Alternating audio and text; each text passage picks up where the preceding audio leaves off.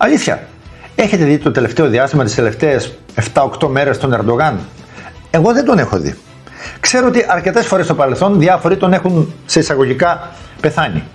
Βγήκε πάντως η Σιμπέλ Έντμοντς, μια πρώην εργαζόμενη στο FBI στην Αμερική, και δήλωσε ότι έμαθα, λέει, από πηγές πληροφοριών ότι στις 16 Ιουλίου το βράδυ είχε ένα πολύ σοβαρό θέμα υγείας στο Ερντογάν και μεταφέρθηκε στο νοσοκομείο. Έκτοτε λοιπόν δεν έχει εμφανιστεί πουθενά.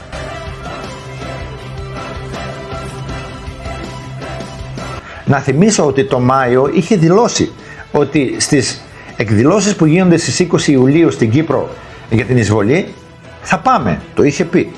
Και όχι μόνο δεν πήγε, δεν έχει φανεί πουθενά αυτές τις μέρες.